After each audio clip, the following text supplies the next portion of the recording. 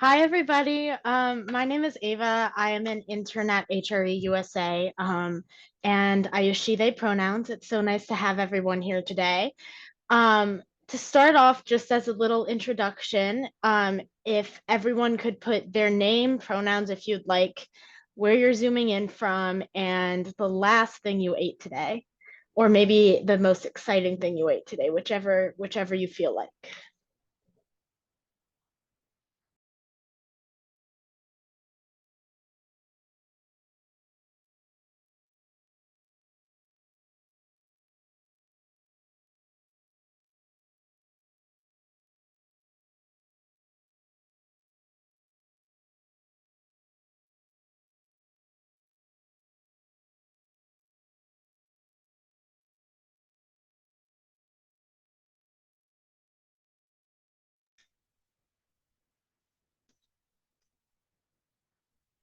Cold and rainy. It's also, oh, shepherd's pie. I haven't had shepherd's pie in a while. Cold and rainy here too. Yes, happy Indigenous Peoples Day. Cinnamon rolls. I love cinnamon rolls. Um, oh, lovely. Okay, well, I'm just gonna let these roll in. And people can read at your own amusement and just to get a sense of who's on. Um, a couple acknowledgments for today before we get started and announcements. Thank you all for joining.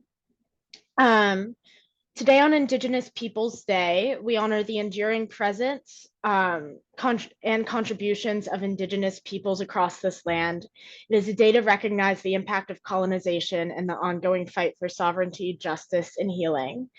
As we reflect on justice here, we also acknowledge the global struggles um, for peace and human dignity. In particular, we hold in our hearts the people of Gaza and all those affected by violence, displacement, and occupation. We are encouraged to see signs that things are beginning to move towards peace as the Israeli hostages have been released and so have Palestinian prisoners. And we remain hopeful for a future where all people can live in safety, freedom, and dignity. May this day remind us of our shared responsibility to stand in solidarity with those seeking justice on this land and around the world. Um, so just wanted to acknowledge that as it's a big day for a lot of reasons. Yeah. Um, so yeah, now moving continuing into this session, I also wanted to make an announcement. The HRE USA, we have two annual awards that we give out that we announce on International Human Rights Day. One of them is the Youth Awards, and one is the O'Brien Awards. Each one has an individual and for an organization. The Youth Awards are for 8th through 12th graders in high school. And the O'Brien Awards are after that, and you have to be nominated by someone else for people who've had a career in human rights or have had an impact. So the links should be pasted in the chat. Yes, thank you, Liz. So yeah, the deadline is the 15th. It's just a super great way, I think, with what we just acknowledged and everything going on, it's really easy to um, get burnt out and to struggle to keep going. And so I think it's a lovely way for us to spread acknowledgement for people who are really making such a difference. And so if you could spread those links or have any ideas, it's not too late. Nominate people, nominate yourself. It can feel really nice. So yeah, that's my spiel at the beginning. So, uh, thank you. I'm going, there we go. Okay. Um, thank you so much, everyone. So today is module three of our TAAS training and action series 2025. And today is climate justice, action, and human rights, protecting people and planet in a time of crisis. Um, so yeah, I'm gonna hand it over to well, Brian and Liz, could you introduce yourself? Those are our other co-facilitators. Sure, I can go quick. Hi everyone, I'm Liz. Nice to see you all. I'm on the steering committee and the executive committee at HRUSA, and I also do some work with our podcast team as well. And I'm really excited to be here. Yeah, I'll pass it to Brian. Thank you. And I'm Brian Chmowski. I'm a professor of environmental sciences in Houston and also work with United Nations Sustainability Goals. I'm also on the steering committee for HRE. Thank you. Perfect. Brian's going to now continue with framing our session. Okay, so today's session, what I'm hoping you get out of this, the 4 points we're going to focus about climate crisis is point one, that climate change is a human rights and a democracy issue. And you're going to hear more about this from me and our other speakers. Number two, what we've learned is that those people that are least responsible, and I should say even those countries that are least responsible for climate change, bear the greatest burden in many ways, and particularly related to quality of life and their own right to water and other resources. Guiding question, question three, the guiding question is, how do we basically work on a program where we're helping both people and the environment and doing it in an equitable way? And then number four, what are some concrete actions that we can take as we recognize our positionality in the climate crisis? And this is probably the most difficult part of what we'll cover today, and will involve audience input about this and some time for the audience members to speak about this. And next slide. Okay, so just to kind of reiterate some points, climate justice action and human rights. Climate change is a human rights issue. And this is something I learned indirectly going from being a researcher that looked at impacts of climate change on natural resources to looking at it from the perspective of how people are impacted. This crisis is recognized by the United Nations, particularly through UNESCO and some other organizations that work with the public and also work with public health. And we have, through the United Nations, some guidelines called the Sustainable Development Goals, which I'll go into in a little more detail. And climate change isn't just an environmental issue, because that's my background. And it took me 20 years of work to finally realize that, man, this impacts people, and particularly impacts people from the perspective, I should say, on meeting their basic needs. We always kind of separated the two, and now we're bringing it together to bring to the forefront the importance of climate change and the importance of climate change again on rights that we have, meaning food, water, health, housing, and safety. And again, when we look at who's affected, unfortunately, marginalized communities, particularly indigenous people, women, children, persons with disabilities, and I hail from that crowd, and those in poverty. They suffer the most, yet make the least contributions to this crisis. And to move on to the next slide. And just to give a little background on the Sustainable Development Goals, because sometimes they get bad press, and I'm happy to know that this year my city is hosting the World Cup, which is promoting the Sustainable Development Goals, which is kind of cool. But the goals were meant to be basically a model of how we should move into the future, and with the perspective of sustainability, and also with the perspective of autonomy, meaning that people need their own say based on their religion, socioeconomics, on how they will resolve environmental issues and do their part in climate change and make it equitable for them, besides giving them the chance to make their own decisions. And also we look at justice. That means that those that are involved in climate injustices have the power to request other countries pay attention to the things that we do that make those injustices. So the goals cover every aspect of human life, particularly those that meet basic needs like food, water, energy, and personal safety and public health. And we can go to the next slide. One thing that I'm very interested in, and this is a movement that came about in 2007. And if you're not familiar with the Sustainable Development Goals, they didn't come about to 2012. But the United Nations had some ideas at one time about how do we make the world move into a future that is sustainable and not based on just resiliency, which means recovering from events, particularly climate change events like flooding and drought and things all associated with it. So in 2007, UNESCO funded a group of university professors to come together in San Luis Potosi, Mexico, which was in basically a climate crisis at the time. And we got together and basically came to the judgment that the best people to look at the future and make decisions are college students. And even now we recognize high school students and moving them into the future and making them involved in these type of decisions that are determining their future. Because those of us at the meeting, we were becoming very well aware that we're not going to be alive to see the consequences of what we're doing in our decisions, but the youth will. And we wanted to give the youth that power to critique us and to come up with ideas that we can pass along. And I'm done with that slide.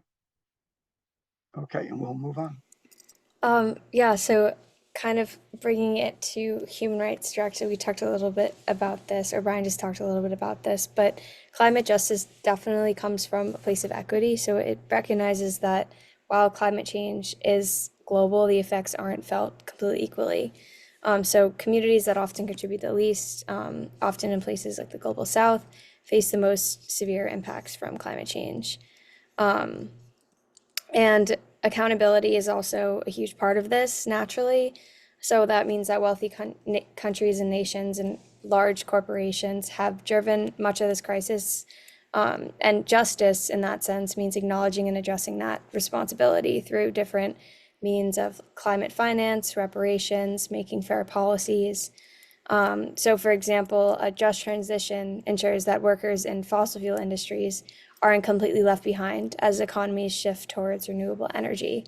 So it's the idea that we need systems that are not only green and sustainable, but then also fair and inclusive. And that's where the justice component comes in as a human right. So again, climate justice isn't just necessarily about emission, but it's also about human rights, power structures, the ability to participate in solutions. Everyone deserves a say in them, since it does, I think, also encompass what the entire world's future will look like. In that sense, it's a human right as well. You can go to the next slide. So when we also talk about solutions, I think it's also really important to talk about who leads them. And Indigenous peoples have sustained ecosystems for centuries through practices rooted in balance and I can never say that word, through balance. And their leadership is very essential for any meaningful environmental protection, especially given the history of how climate change came about. And youth too are also definitely on the front lines of climate advocacy, from organizing strikes to directly shaping policy, which we'll get a little bit more into later in the slides. But they definitely can't do it alone. There's definitely a structural need for it as well, with funding, education, quite literally just having a seat at the table where decisions are made is also definitely a struggle, but a lot of progress has been made. And then connecting that also, climate justice also means addressing loss and damage. So the idea that we should be compensating communities that are already facing devastating impacts like floods and droughts or displacement. And ideally, it would be those wealthy nations that have caused most of the damage as well. So I guess as a silver lining through all of that, human rights definitely can and should guide a lot of climate action. Climate justice isn't necessarily separate from social justice in that sense. It's still very much so intertwined with dignity and equity in this world. You can go to the next slide. And I guess I'll take over from Liz. And Liz, thank you for bringing up the idea of flooding, because that's what this case study is about.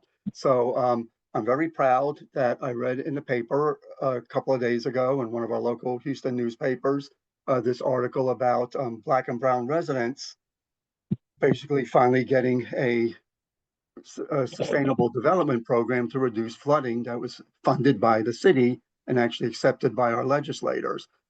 In the past, Houston has been a resiliency city. That means that when we get a natural disaster, we recover. And unfortunately, the way places recover from floods is that areas of affluence get replaced and rebuilt, and people have the money to rebuild, and people in poverty and in primarily minority areas and industrial areas, they lose their homes and they don't have that ability to rebound.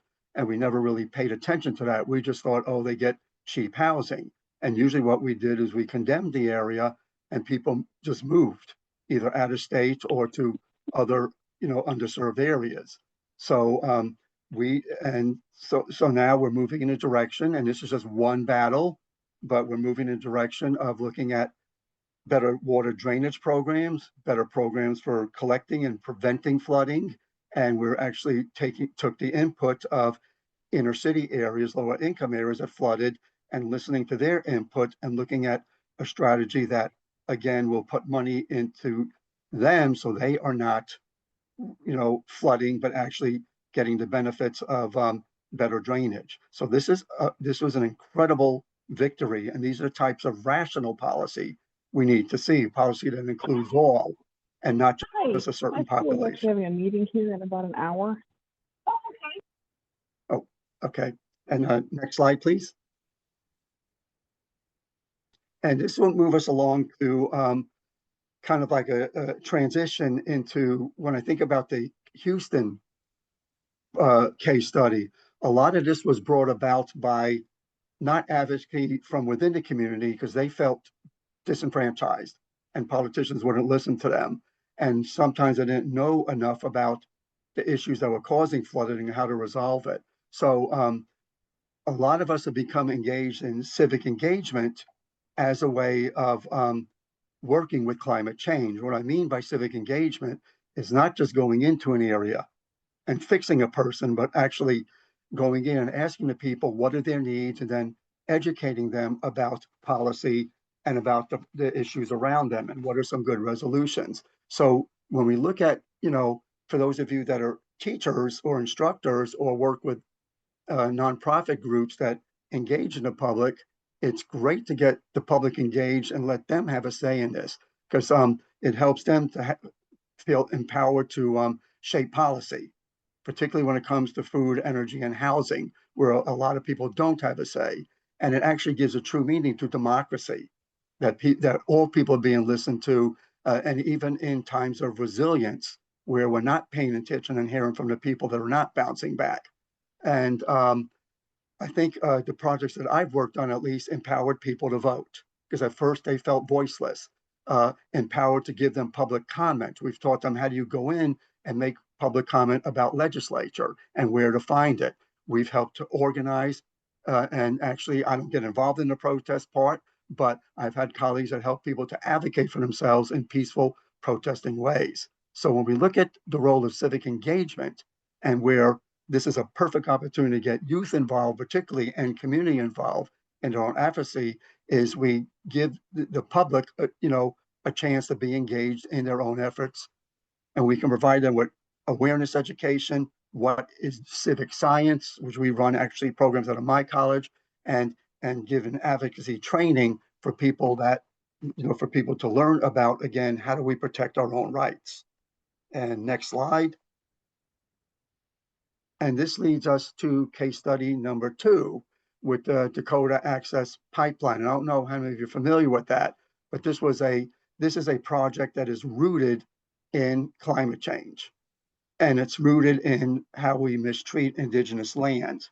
So, our dependence on oil is putting a real burden on basically oil producing areas and also a burden on transporting oil and contributing to climate change from that, but also the whole process of oil transport and transmission is creating a lot of pollution through indigenous lands. And unfortunately, a lot of pipelines go through the lands too.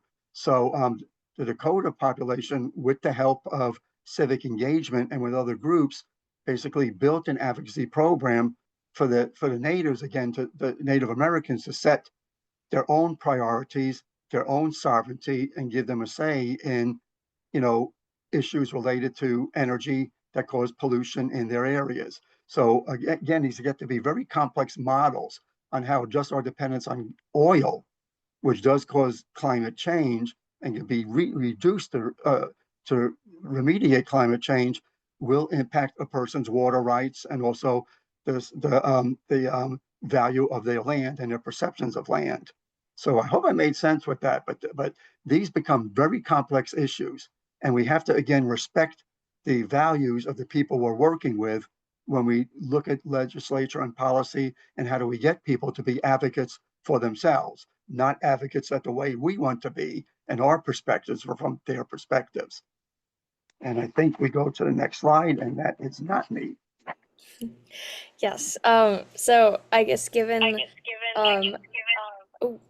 um, just for kind of to digest all of that information and bring it locally to you all, we were thinking about doing some breakout rooms so you could all talk through some of these ideas, but then also thinking about how some of these principles and these ideas are impacting your everyday lives or areas near you. So we have 2 reflections, and we'll split you all up into different groups.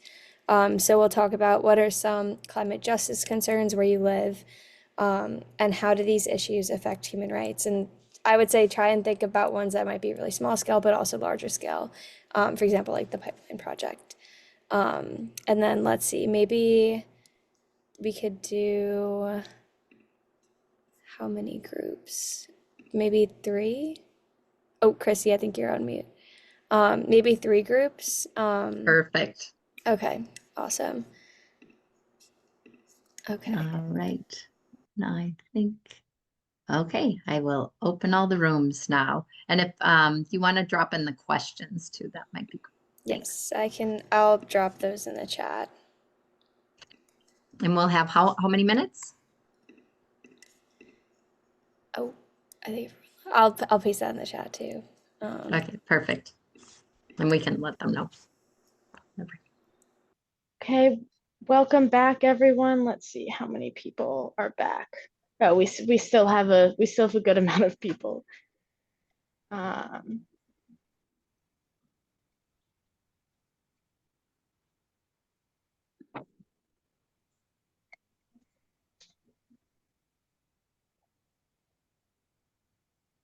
Okay, everyone's slowly trickling in.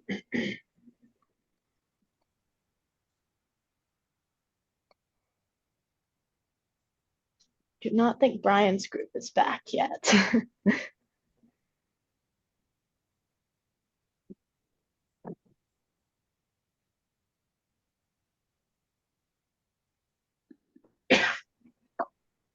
Okay, there we are.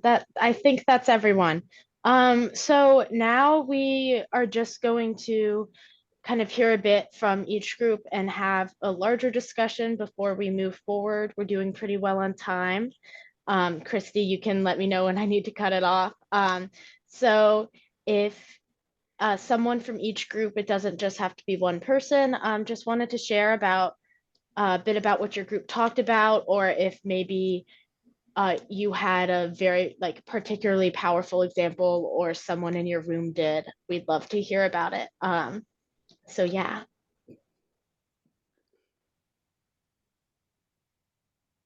I guess I'll start it. Our group was incredible. I mean, I'm sure all the groups were incredible, but we had an international audience, and it was really neat how a lot of the issues were similar from country to country, but also how climate change has impacted livelihoods of people as far as, and it's really interesting as far as, fishing industry and other aspects of life. That was really, it was really kind of nice. And anybody from my group can speak up, but it was neat to see again the commonality and how we have a universal problem that has to be addressed.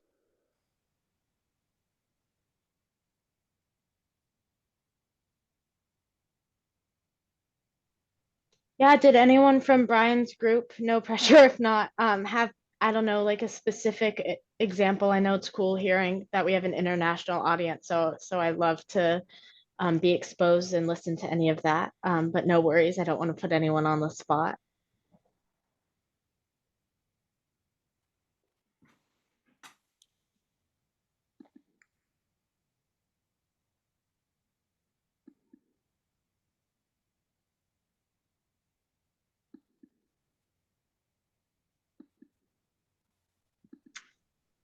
Okay, no worries. As we continue discussing, if anyone wants to hop in, you are more than welcome. Okay, Liz, did your group want to share anything, or anyone from Liz's group? Also, you don't have to have your screen on if you would like to share as well, or anyone is welcome to put anything in the chat. I know it can be scary talking on big Zooms. I can do a quick little summary, or just something I think I noticed. Well, we all came from very different areas, um, and I think something that came up was both how climate justice is something that comes before with like mitigation and preventing climate injustice from happening in the first place, and then also with solutions, making sure that the right groups are involved. I think that that was like a silver lining, but if anyone else wants to join, also I'll be hopping off, but it was great to see you all as well.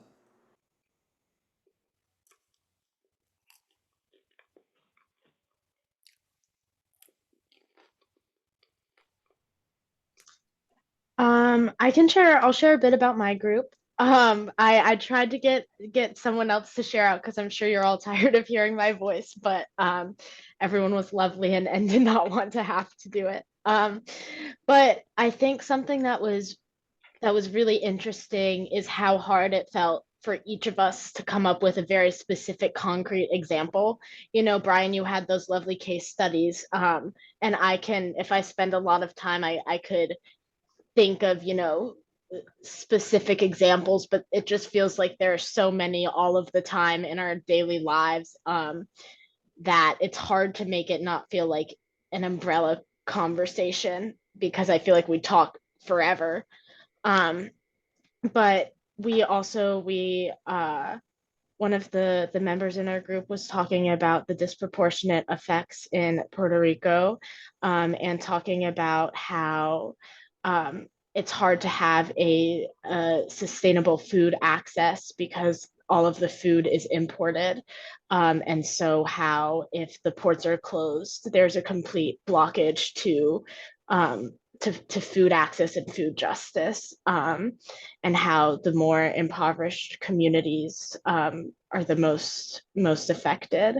And I lived in New Orleans for a large period of my life, and so I was talking about the devastating effects of Katrina and how much we see this before and after in terms of how the city operates. I mean, it's impossible not to notice, and how even I remember when we were buying houses, the number one thing is the flood zone you're in and how that's correlated to the price of the house, and how little federal funding was given to New Orleans because, people advertised New Orleans as a place of lots of crime and drug use. And so we didn't need, almost as if like New Orleans as a city deserved what happened to us. And then seeing that the people with the most money and privilege, and also the people who contributed the most to climate change, had the most access to evacuate and have places to stay, and their houses were the least flooded. And so a variety of different examples, but it was really cool to hear from everyone. So yeah, if anyone has any response to any of that, or wants to drop anything in the chat that comes to mind throughout the rest of the Zoom, or if you want to share now. I was Yeah. thinking about in New Orleans about the lack of preparation for the possibilities that they were aware of. And in climate change, that seems to be like the number one thing, people not doing anything, or not even believing it, which is totally obscene.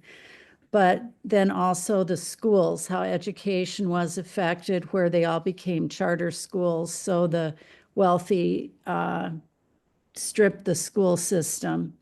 And there's a good book, I think it's by Kristen Buras, Buras, about that. And she focuses on a high school and how I believe, Black teachers that had a wonderful culture and a wonderful school, how that school was affected through that time period, and using that as an example for the larger system in New Orleans.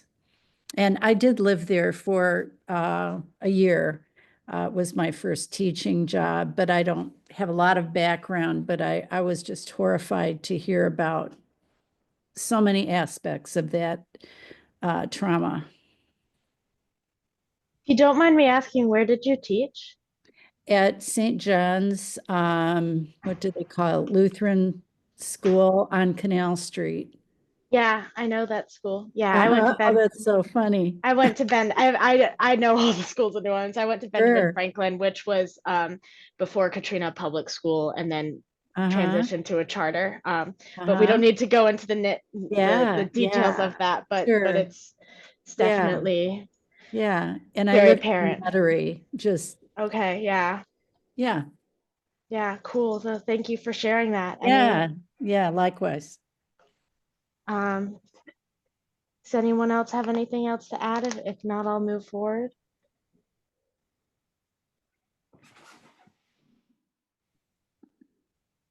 Hello. Hi. Hello.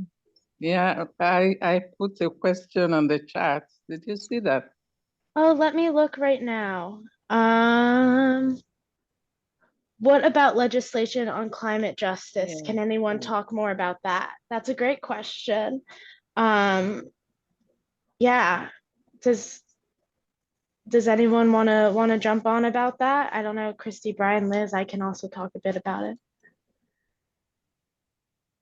Big question.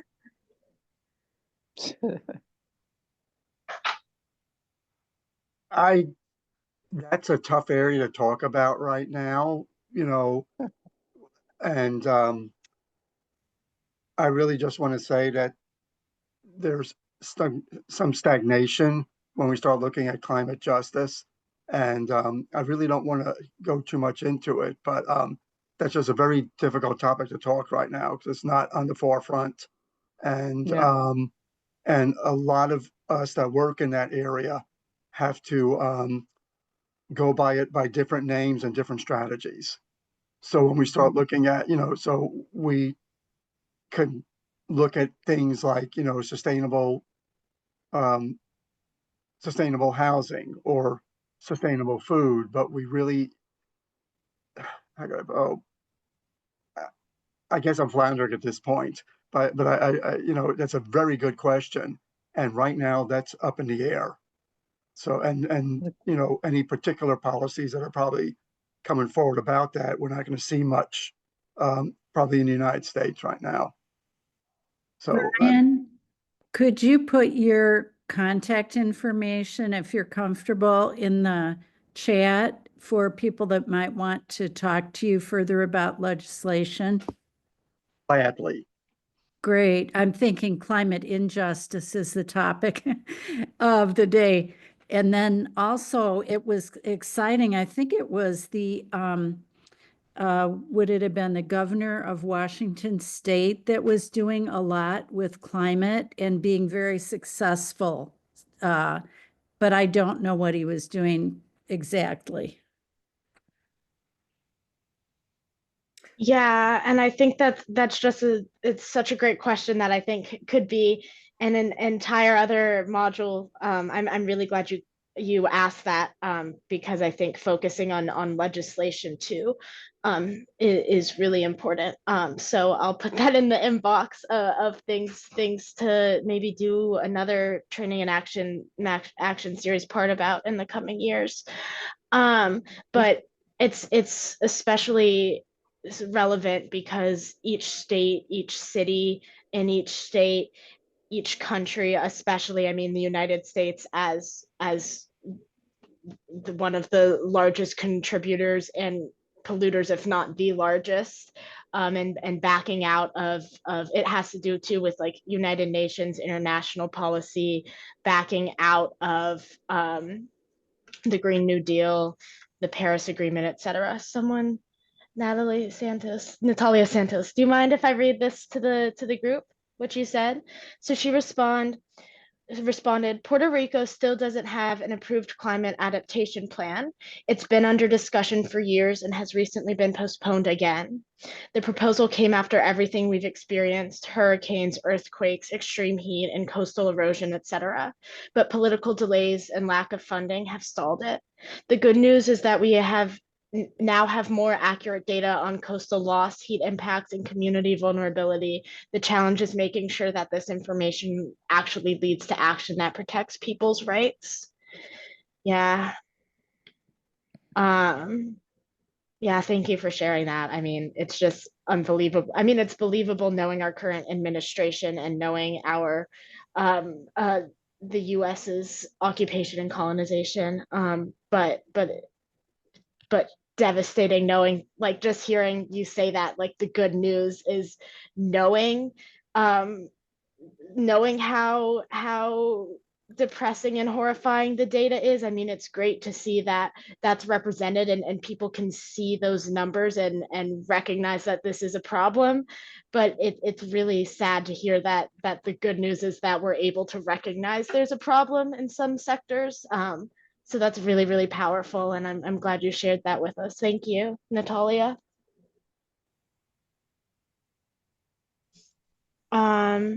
Yeah, I think we'll move on. Thank you guys.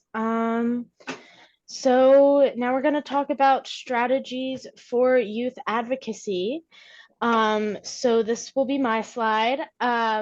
So storytelling, like some of what we just did, humanizes a crisis. I think there's a lot of moments, I know that with my family, my community, people who, you know, deny the impacts of climate change.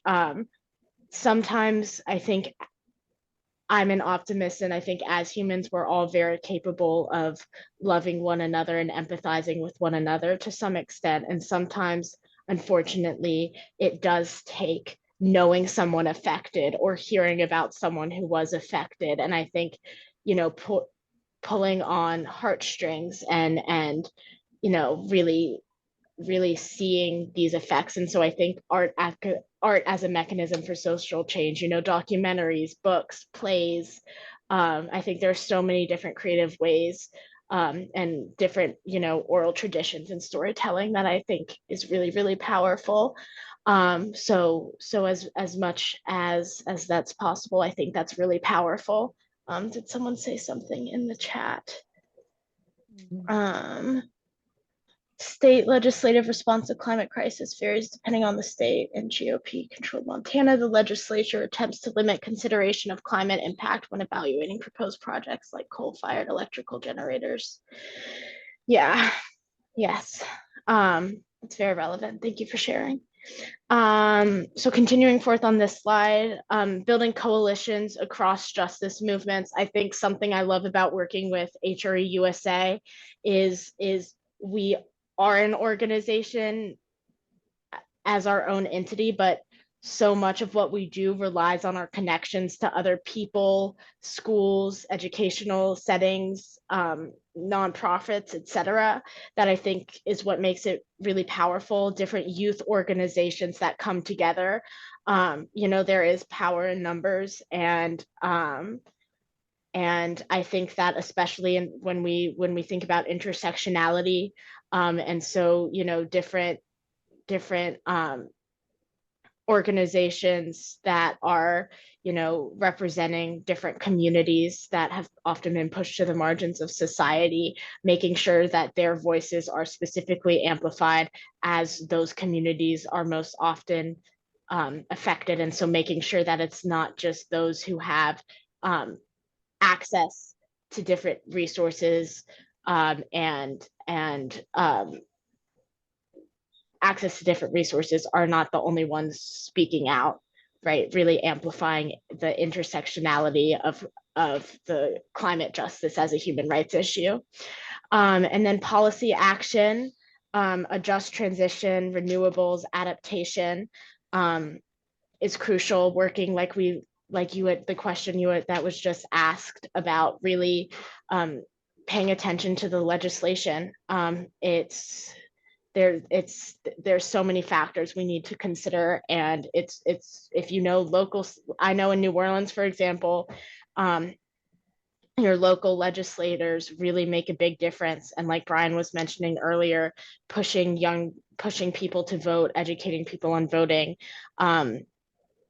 especially once you turn 18, that's so important. And it really is possible. Just I've seen a difference in just like calling my local legislators, that it can feel like it does nothing, but it does do something. Yeah, and then just international solidarity, and these 2 points go hand in hand, making sure to avoid US-centric climate advocacy. I think it's easy to just be like, oh, we know climate change is real, kind of what Brian was talking about really focusing on the scientific side and hearing how horrible it is, but really ignoring the underlying nuance and causes of it. And I think especially, recognizing my own positionality as someone who lives in the United States, it's really important for what the reason I like to work with this platform is to be able to make space for other voices and to like listen and hear international voices, because as someone in the United States, I can't experience what other people are experiencing, especially those who are feeling the effects in ways that the United States is not yet, which feels so mind-boggling, in the sense that so many people in my breakout room were from the United States, and we can't even count how many instances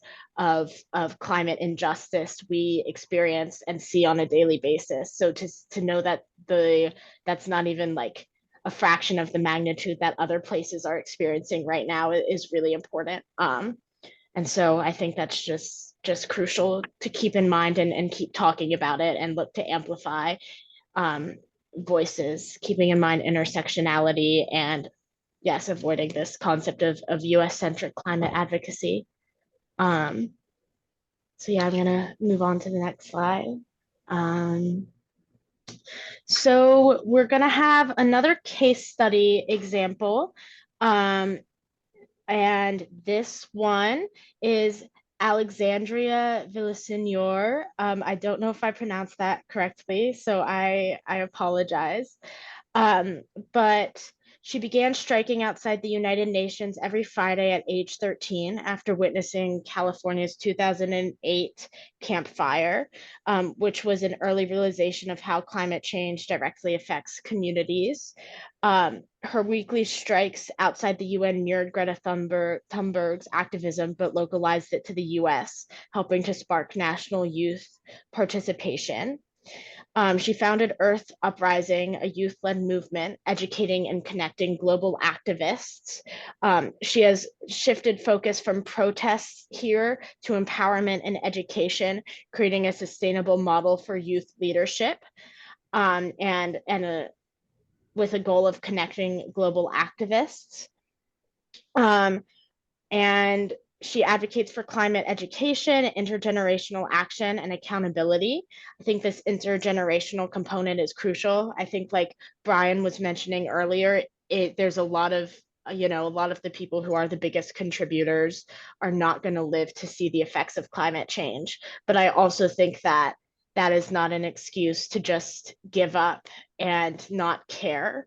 And so, continuing to involve people of all generations, because those who often are going to face the most consequences are often the ones who carry the burden to try to fight for their dignity and survival, and the human right to a clean and safe environment.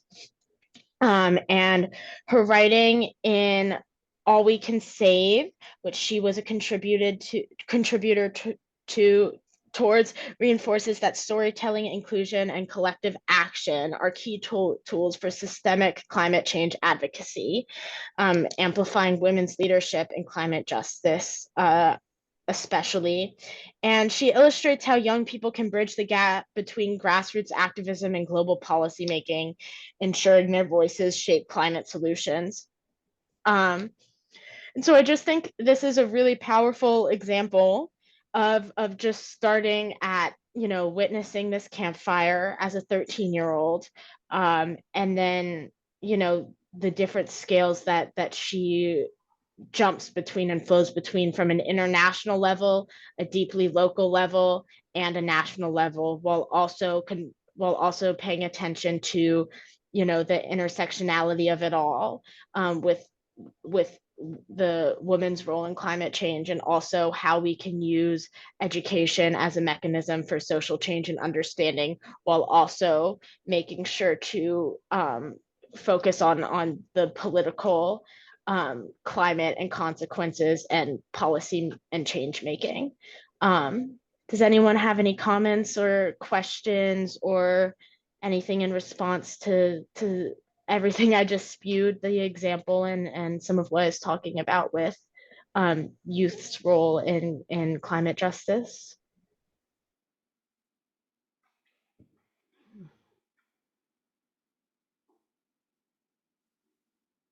Go for it, Olga. So yeah, this very interesting case study, and I like the idea of mimicking Greta Thunberg's activism in the United States. I think that's a really good idea. And also, I have the book All We Can Save. I have it, and I read it a long time ago. Really good. That's so cool. And that's another, I'm glad we have that example, because now it's reached you, and I think that's really lovely. Thank you for sharing that. Does anyone else have anything to add? Oh, the thumbs up is cute. I didn't know that they now move. Um, Yeah. I don't have the. Well, I just want to add that education is very important in climate change ideas, because it seems to me so many people still lack the knowledge of climate change and how does it affect them. I don't think school curriculum have topics or issues on climate change, as when you talk about environment in your curricula. Do people really talk about climate change and how does it affect communities? How does it affect children going to schools and things like that? So coming to talk about all these strategies you just mentioned, if people don't have education about climate change itself, how does it affect them and how does it affect their daily lives? It's difficult for them to, start coming up with ideas on how to, really tackle the issue. Don't you think so? I do, for sure. I think I'm glad you mentioned that, and I think one of my favorite things in different workshops like this is just raising more and more questions from questions, and connections, because I think that it's really hard right now to feel like there are any answers. And I know that from my experience personally, so much of my educational experience was spent unlearning, if that makes sense. And so in my lower school experience and middle school, I learned that climate change existed. I learned about windmills. I learned about solar panels. I had to do a presentation about it. I remember learning about birds getting caught in the windmills. But we never talked about the disproportionate effects of climate change or climate change as a human rights issue. And so it's not until I heard stories, was exposed to it, and was involved in different advocacy and activism clubs. And I actually worked on a sustainable farm in high school. So it's not until I was exposed and decided I willingly wanted to educate myself on climate change and climate justice as a human rights issue that I, was really able to feel educated on as many impacts as I can. And I think it's also important to notice how there are people, for example, not in the United States, or let's use Puerto Rico as an example, because that was brought up, where maybe that there's the port blockage and a lack of access to food.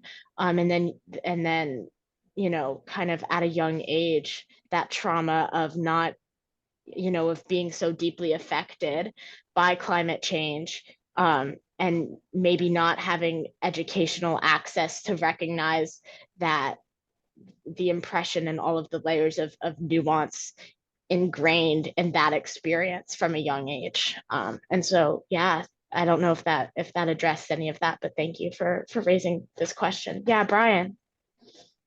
I want to address that a little because I know sometimes it's ineffective to try to get into schools and integrate stuff into a curriculum. But we've been working on a lot of creative ways with some groups I'm working with where we use informal educators to do that. So a lot of schools allow a zoo visit or allow a visit from a, let's say, Audubon or whatever, and they can actually work in these type of issues into a class. Also, what we're doing is having students engage in projects like we could use in a math class to calculate the climate change. Is it really occurring?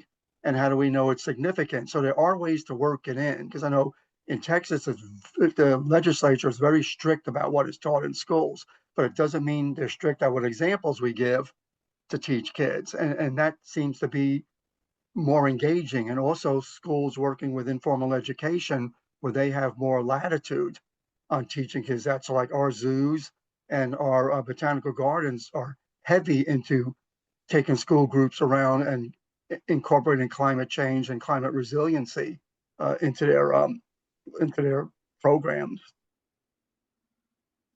Yeah. Thank you. Yeah, thank you for adding that, Brian. Yeah, for the sake of time, we'll move on to the next slide. But if at any time, this slide it's all just like a framework for a larger conversation. So if at any time anyone has any thoughts, you can put it in the chat. You can raise your hand, and I'd love to pause and listen. But yeah, I'll continue forth for now. Okay, so youth as climate leaders. So naming power, not just problems.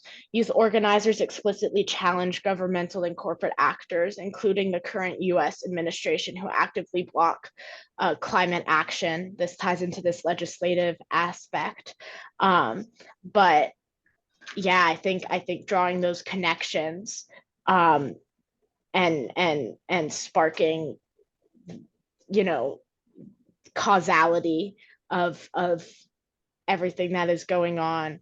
And then the second one, centering the most impacted. We've touched on this before, but amplifying voices from communities facing displacement, resource scarcity, and climate violence while holding high emitting nations accountable.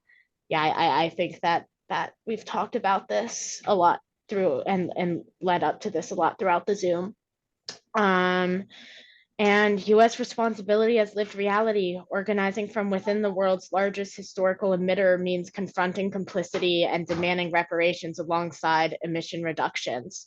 And so I think it's really, like I said earlier, it's really crucial to recognize our positionality as people who live in the United States, or at least speaking for myself. I know we have many international people joining us today.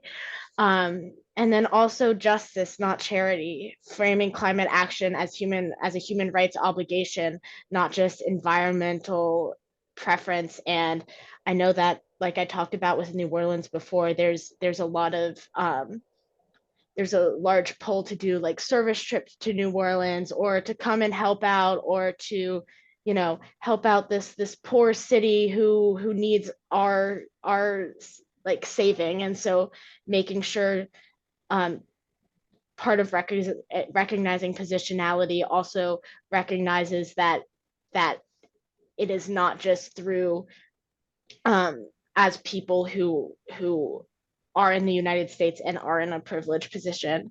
It's part of part of leading and fighting for change is creating this platform for those most affected to speak up, because it's those people who know how their communities are affected and are seeing and experiencing that trauma on a regular basis.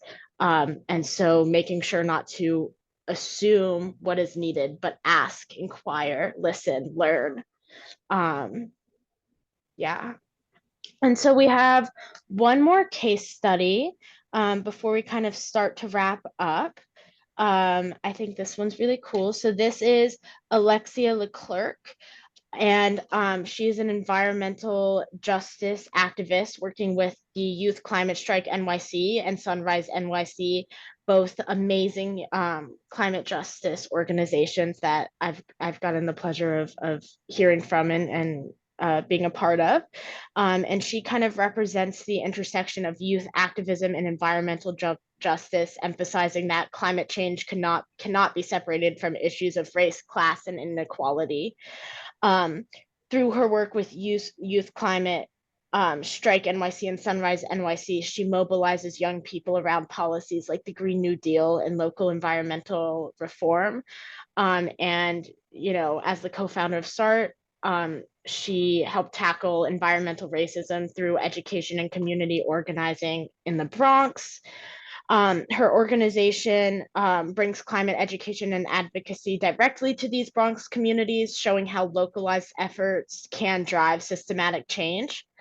And her work highlights the need for inclusive and justice-centered climate solutions, where the most affected by pollution and disinvestment are leading the conversation, focusing on equity, intersectionality, grassroots leadership in the climate movement.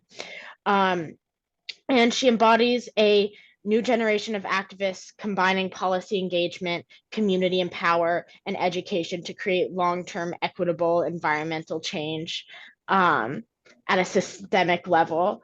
And I think this really just ties into this question of sustainability. So yeah.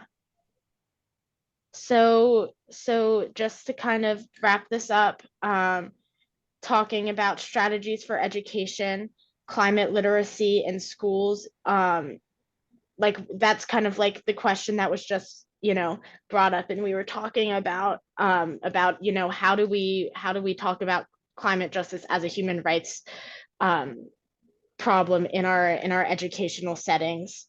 And New Jersey is in 2020 was the first US state to embed climate change into all K through 12 subjects, including art, PE, and social studies.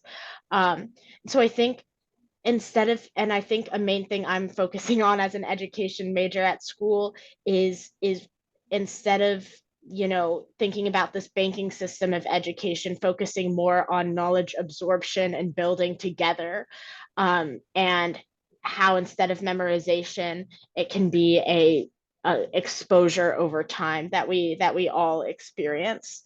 And then community education and workshops. So Empowerment Bronx, New York, goes beyond schools, holding workshops in Bronx neighborhoods that teach residents about local environmental hazards like air quality, heat islands, and waste management. And the Clio Institute in Florida is a nonprofit focused on climate literacy and resilience education in vulnerable communities, especially Miami. So this is just another couple examples about how civic engagement and climate action is crucial. You know, knowing your rights, education is so important, so that people can recognize and name the oppressor's role in order to make them take accountability. And so it just shows how much legislation and systemic change is rooted in education. So yeah.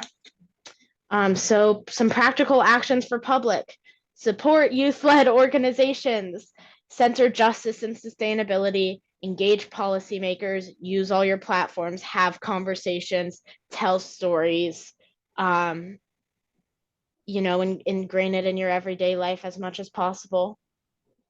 So I'm looking at time. I'm thinking, Christy, Brian, I don't know if you want to do a quick breakout room or if we can just have a couple people put some responses in the chat about the reflection prompt of after this Zoom, what is one concrete action you can take to advance climate justice as a human right? Or something to think about with that, or research more, learn more. That's, yeah. I think maybe I like the idea of either sharing out loud if people have ideas, as well as just dropping them in the chat so that we can then gather them as a Agree. part of the outputs. Yeah, that's great. So if anyone wants to, yeah, someone's hands, Olga, go ahead. So one concrete action I can do to advance climate justice is show up at the No Kings protest coming in October. They're on the 18th. They're broad, they cover a wide range of issues, protesting wide range of issues, and by showing up to them, you could show you care about those.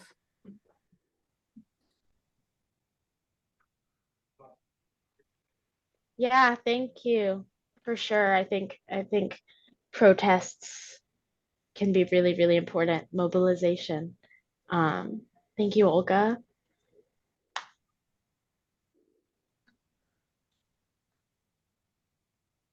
Other ideas? I'll throw out one that I know will come out of this that our innovations and partnerships team has been working on, is kind of a collection of good resources, both in terms of curriculum, but also reports, articles, podcasts, you know, multimedia, so that we create some various collections on various topics that we think are very urgent. So if anyone's interested in being a part of that collections team of developing that resource, I think that would be great.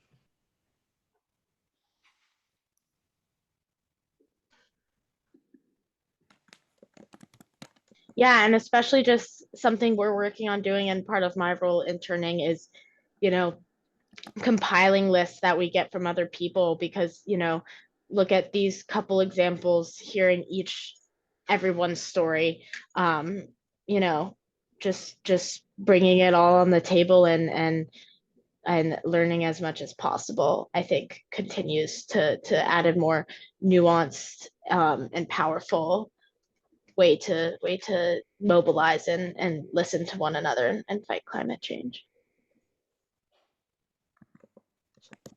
And we will be happy to receive any links that you find in your, you know, after this session, or the ones that are even coming out in the chat.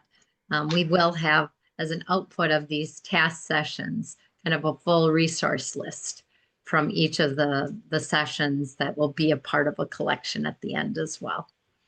With this. Great. So I'm just noting Gloria's comment. And I'll also mention, I dropped in the chat the student task force of Human Rights Watch. It's based outside of Los Angeles, but they've been developing a lot of great curricular resources as well. Okay, we've got some things rolling in the chat, so I'm just gonna kind of narrate some of it. So yes, Christy, thank you for the great resources. Okay, Gloria says, sharing personal stories of how people and communities have been affected by climate change, and also how problems might have been prevented. Yes, that's very important. Katie, having access to resources would be helpful. If there's a dynamic speaker who would available, it'd be good to know about it. Yes, it's lovely to really have people come in who are experts in the field. So we'll definitely keep everyone in the loop with that. JD says, volunteer for your local government's climate action committee and attend the city council meetings to be an advocate. That one's really important. Yes, good idea. And then Eleanor says, I think one action I can take is holding my local and state governments accountable for fulfilling promises on net zero emission goals and other initiatives. Yes. Oh, I didn't mean to click that. Empowerment through education, says Benedicta, and awareness about climate change and its crisis campaigns and calls to action by different groups. Yes, great. Natalia says, investing in community-based projects, supporting local agriculture to reduce food insecurity. As someone who worked for a sustainable farm, heavy on that. And making sure vulnerable communities lead the planning process. Climate justice has to be visible in how we rebuild, teach, and make decisions every day. Yes. You're a beautiful writer. Throughout the entire chat, she's just been typing away, and I'm like, wow. And then we have, as a researcher and educate people on climate change, I can observe the local community is more vulnerable, so I will strengthen the storytelling on climate change in my local area and make the community in action to be resilient enough. Yeah, that's lovely. Oh, and we already have some shared links coming in. That's great. Yeah. So does anyone have any questions to ask? Anything else before we kind of wrap it up on this Monday night?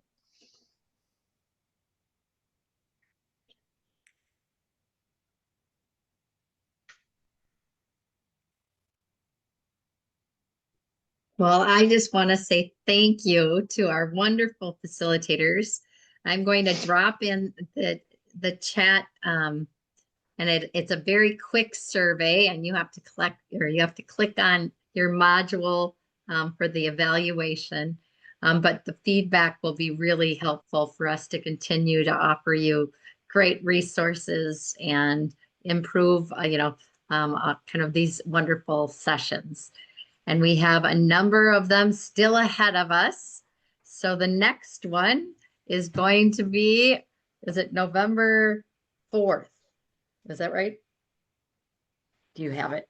Oh, sorry, I'm going completely from memory, which is, yes, November 4th. It's going to be a Saturday. So it's out of our Monday sessions, so that some people who are coming in from other parts of time zones, hopefully it'll be a little bit easier for them. So if you can click on that last evaluation link, take some time, we'd really appreciate it. And I know you all want to also thank Ava, Brian. Liz had to run off to a flight that she had to catch, but so she had to leave us. But thank you so much for just doing a fantastic facilitation, and for all of you for staying on and taking time, late in a day after a full day of work or studying or what have you. It really means a ton that we're all here in community. So thank you very much.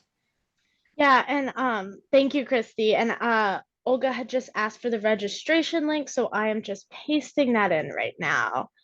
Unless someone already did, which someone might have.